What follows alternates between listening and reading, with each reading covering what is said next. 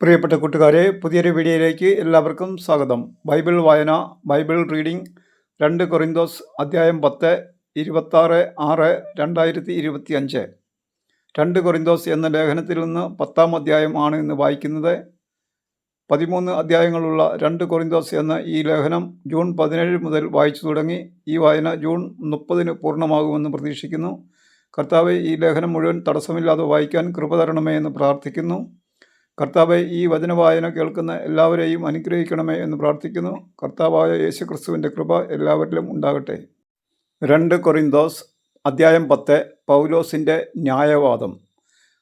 അടുത്തായിരിക്കുമ്പോൾ വിനീതനും അകന്നിരിക്കുമ്പോൾ തൻ്റെടിയുമെന്ന് നിങ്ങൾ കരുതുന്ന പൗലോസായ ഞാൻ ക്രിസ്തുവിൻ്റെ സൗമ്യതയുടെയും ശാന്തതയുടെയും പേരിൽ നിങ്ങളോട് അഭ്യർത്ഥിക്കുന്നു.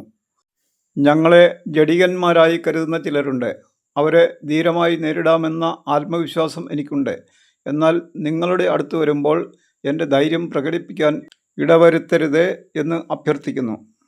ഞങ്ങൾ ജീവിക്കുന്നത് ജഡത്തിലാണെങ്കിലും ജഡിക പോരാട്ടമല്ല ഞങ്ങൾ നടത്തുന്നത്.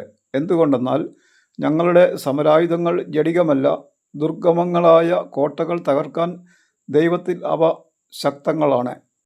ദൈവത്തെപ്പറ്റിയുള്ള അറിവിനെതിരായ വാദമുഖങ്ങളെയും ഔദ്ധത്യപൂർണമായ എല്ലാ പ്രതിബന്ധങ്ങളെയും ഞങ്ങൾ തകർക്കുകയും ക്രിസ്തുവിനെ അനുകരിക്കേണ്ടതിന് എല്ലാ ചിന്താഗതികളെയും കീഴ്പ്പെടുത്തുകയും ചെയ്യുന്നു.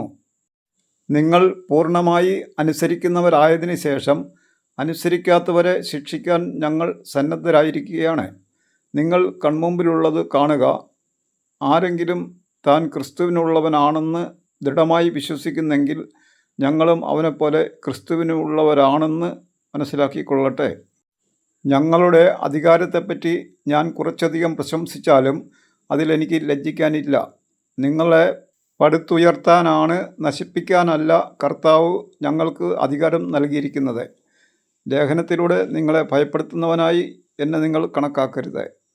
എന്തെന്നാൽ ചിലർ പറയുന്നു, അവൻ്റെ ലേഖനങ്ങൾ ഈടുറ്റതും ശക്തവുമാണ്, എന്നാൽ അവൻ്റെ ശാരീരിക സാന്നിധ്യം അശക്തവും ഭാഷണം മനസ്സിലേശാത്തതുമാണ്.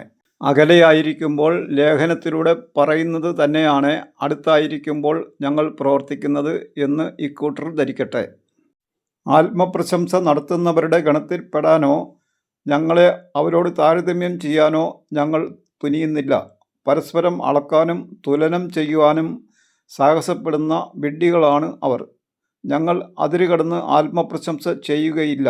ദൈവം ഞങ്ങൾക്ക് നിശ്ചയിച്ചു തന്നിട്ടുള്ള പരിധി ഞങ്ങൾ പാലിക്കും. ആ പരിധിയിൽ നിങ്ങളും ഉൾപ്പെടുന്നു. നിങ്ങളുടെ അടുത്ത് എത്തിയിട്ടില്ലാത്തവരെ പോലെ കൈയെത്തിച്ചു പിടിക്കാൻ ഉദ്യമിക്കുകയല്ല. ക്രിസ്തുവിൻ്റെ സുവിശേഷവുമായി നിങ്ങളുടെ അടുത്ത് വന്നത് ഞങ്ങളാണല്ലോ. അന്യരുടെ പ്രയത്നങ്ങളുടെ ഫലം സ്വായത്തമാക്കി അതിരുകവിഞ്ഞ് അഹങ്കരിക്കുന്നവരല്ല ഞങ്ങൾ.